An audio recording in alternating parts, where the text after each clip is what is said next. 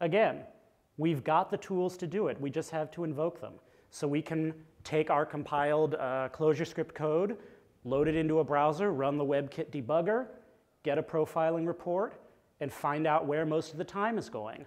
Well, here it's going to this function, which is inside, that function, which I can trace back to my code and figure out what I was doing that's taking so long.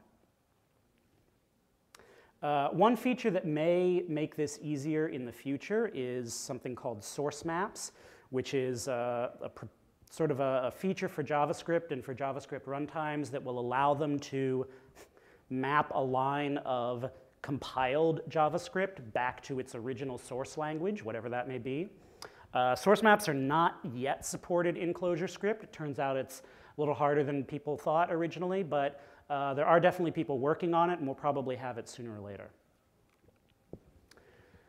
Finally, tooling.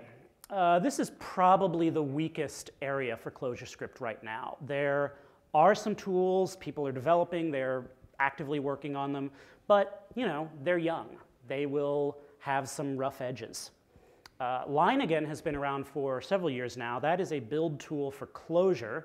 It's very convenient. It kind of fills the same role as Maven or Gradle, but it has a Clojure syntax and a nice plugin system.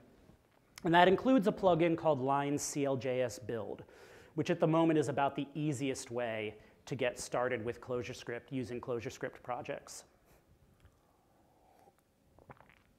So this is a Line build file. It's in the file called project.clj.